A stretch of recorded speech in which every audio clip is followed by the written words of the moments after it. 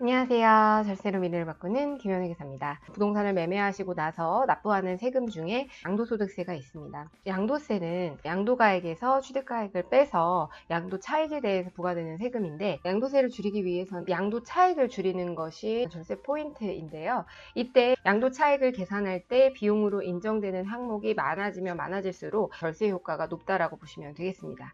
그렇다면 세법상 양도소득세 계산 시 비용으로 인정을 받기 위해서는 두 가지 요건을 충족해야 되는데요. 첫 번째는 세법상 인정하는 비용 항목인지 확인을 하셔야 되고, 그리고 두 번째는 관련한 어떤 증빙, 비용 지출에 대한 증빙을 잘 챙겨 주셔야 됩니다. 그렇다면 첫 번째로 세법상 양도소득세 필요 경비, 비용으로 인정되는 항목이 어떤 항목들이 있는지 먼저 살펴보도록 하겠습니다. 일단 인정되는 항목은요, 취득을 하실 때 취득세와 등록세가 있습니다. 보통은 취득 등기를 하실 때 법무사님께서 아마 견적서를 보내주실 거예요. 거기에 보시면 취득세 얼마, 등록세 얼마, 인지대 얼마, 그리고 법무사 수수료 얼마, 이런 것들 금액이 적혀 있을 거거든요. 그 영수증을 반드시 잘 보관을 해 두셔야 됩니다. 실거주 목적으로 우리가 주택을 구매하는 경우가 많기 때문에 몇 년이 지나고 나면은 영수증을 다 잊어버리셔가지고 어디 갔는지 모른다. 그러면 결국에는 납세자 본인의 손해이기 때문에 반드시 부동산을 취득하실 때부터 어떤 서류들을 준비해 놓으셔야 될지를 기억을 해 두셔야 됩니다.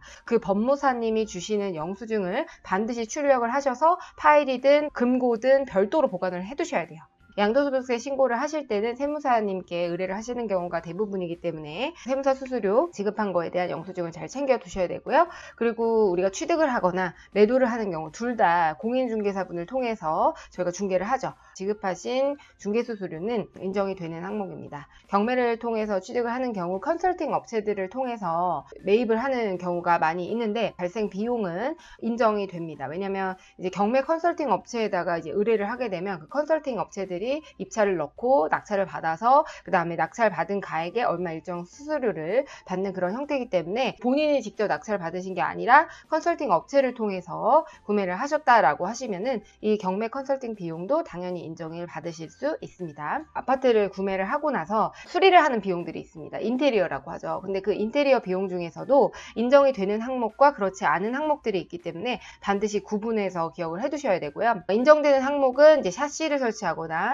그다음 발코니를 확장하거나 방을 확장하는 그런 공사 비용들은 인정이 됩니다. 보일러 등의 난방시설을 아예 교체해버리는 거, 그 비용은 인정이 되지만 지금 오른쪽에 보시면 6번에 보일러 수리 비용은 인정이 되지 않는다라고 나와 있죠. 그리고 우리가 인테리어를 하실 때 벽지, 도배, 장판 이런 것들은 다 인정이 되지 않아요. 왜냐면 그런 것들은 사실 크리티컬하지가 않거든요. 살려면 살 수가 있어요.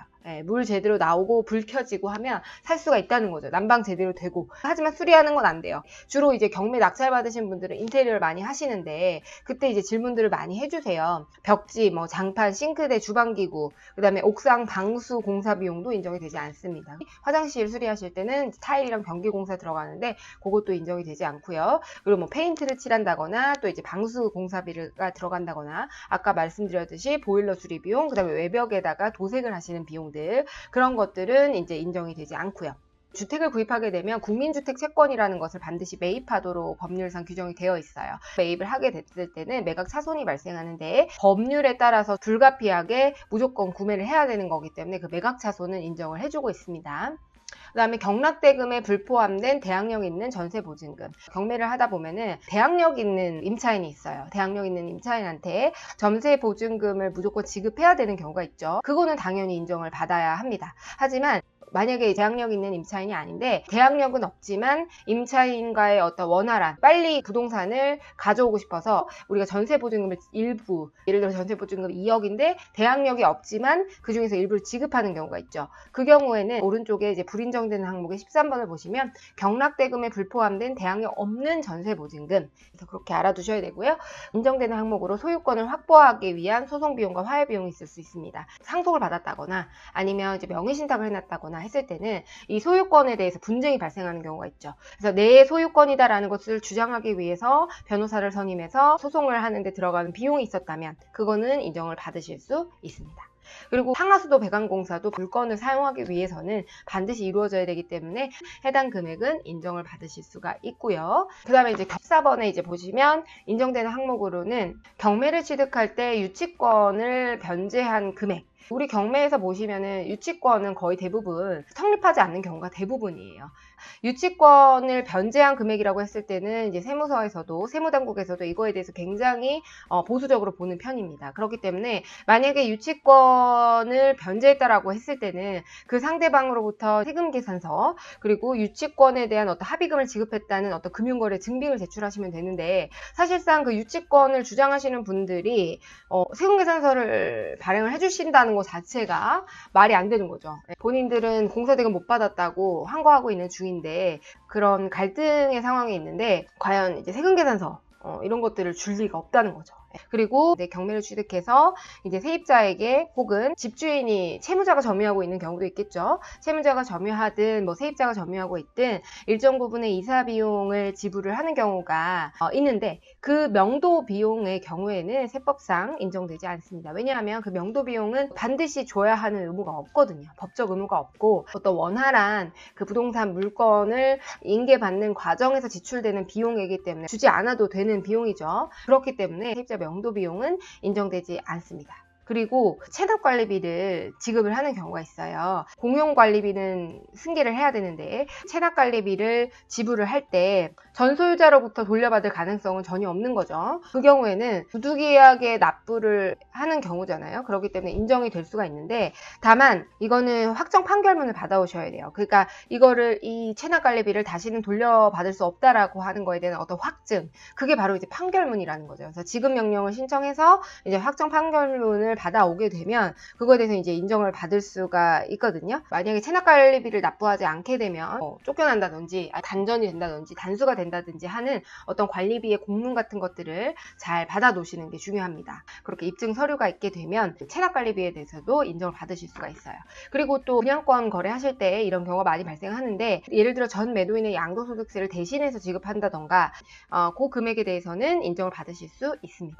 또 불인정되는 항목에는 금융기관 대출금에 대한 지급이자, 특히나 이제 경락대출 많이 받으시는데 금융기관 대출금 지급이자가 인정을 받으시려면 부동산 매매사업자를 내셔야 됩니다. 부동산 매매사업자나 부동산 임대사업자를 내셔야지만, 관련한 사업자를 내셔야 되지만 대출금에 대한 어떤 지급이자를 인정받으실 수가 있고요. 세입자에게 제출한 철거비용이라든가 경매 낙찰금 지연에 따른 이자라든가 이런 것들은 인정이 될 수 없다라고 하는 거 기억을 해두셔야 될 것 같습니다. 양도소득세 필요경비로 인정이 가능한 세법상 항목에 대해서 알아봤다면, 두 번째 요건은 관련된 증빙을 잘 챙기셔야 되는데요. 지출을 했다고 해서 무조건 인정을 해주는 것이 아니고, 또 금융거래 내역이 있다고 해서 영수증이 있다고 해서 무조건 인정을 해주는 것이 아니라 법에서 정한 서류를 반드시 받아야만 인정을 해줬습니다. 법에서 정한 서류에는 세금계산서, 계산서, 신용카드, 현금 영수증 등이 해당이 됩니다. 2016년 2월부터는 이런 적격 증빙을 갖춘 경우에만 양도소득세 비용으로 인정을 해줬었는데요. 2018년 4월부터는 이런 적격 증빙이 없다고 하더라도 금융거래 증빙만으로도 인정을 해주겠다라고 했는데요. 금융거래 증빙이라고 하는 것은 뭐 송금증, 이체 확인증 이런 것들을 얘기하는데, 이체 확인증이나 송금증과 더불어서 상대방의 사업자 명과 상호명이 나타나는 그 견적서를 반드시 함께 구비해 놓으셔야 돼요. 그래서 항상 공사를 하실 때는 그 공사대금에 대한 영수증을 주시게 되거든요. 그 공사대금 영수증을 반드시 첨부해서 기재를 해주셔야 됩니다. 공사를 한 인테리어 업자의 사업자 등록번호와 상호명, 그다음 대표자 인적사항, 그리고 전화번호 이런 것들은 반드시 기재를 해 놓으셔야만 나중에 견적서나 혹은 간이 영수증들 하고 이제 금융거래 증빙으로 함께 소명을 하셔야지만 나중에 문제가 되지 않을 수 있기 때문에, 공사를 계획하고 계신 분들이 계시다면 반드시 요거를 먼저 확인하셔야 돼요. 지금까지 양도소득세 비용으로 인정되기 위한 요건에 대해서 알아봤고요. 양도소득세를 많이 줄일 수 있으셨으면 좋겠습니다. 지금까지 김희연의 기사였습니다. 감사합니다.